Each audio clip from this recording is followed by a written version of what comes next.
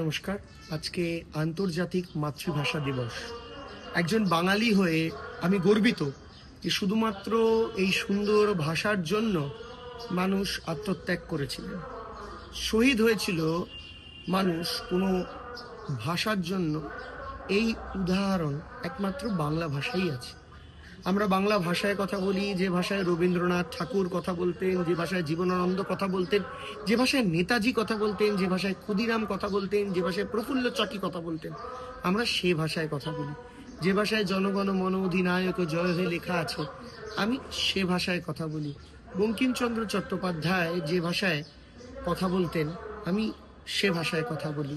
বাঙালি সবসময় ভারতকে পথ দেখিয়েছে, কখনো সাংস্কৃতিকভাবে পথ দেখিয়েছে ঈশ্বরচন্দ্র বিদ্যাসাগর, রাজা রামমোহন রায়ের মাধ্যমে, কখনো রাজনৈতিকভাবে পথ দেখিয়েছে ক্ষুদিরাম বসু, নেতাজি সুভাষচন্দ্র বসু, প্রফুল্ল চাকি, বীরেন শাসমলের মাধ্যমে।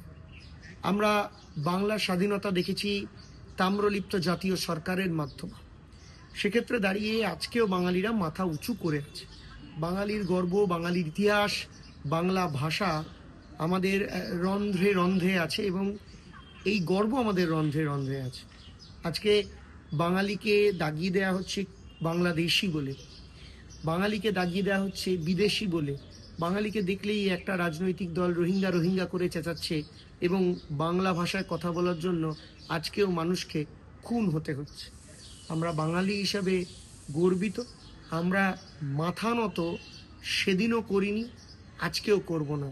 না আমরা ইংরেজদের কাছে মাথা নত করেছি, না আমরা ইংরেজদের উত্তরসূরিদের কাছে মাথা নত করব। আমরা বাঙালি, আমরা বাঙালি হিসাবে নিজেকে গর্বিত বোধ করি। আমরা কারুর কাছে মাথা নত করব না এবং যেভাবে আমাদের পূর্বপুরুষেরা লড়াইয়ের ইতিহাসে স্বর্ণাক্ষরে নিজেদের নাম রেখেছেন, আমরা সেই গরিমা সারা জীবন বজায় রাখব। তাই আবার প্রত্যেক ভাই বোনকে আমার মাতৃভাষা দিবসে অনেক শুভেচ্ছা। বাংলা আরও ভালো করে বলুন, বাংলা পড়ুন, বাংলা পড়ান, বাংলা ভাষায় কথা বলুন এবং বাঙালি হিসাবে গর্ববোধ করুন। জয় বাংলা।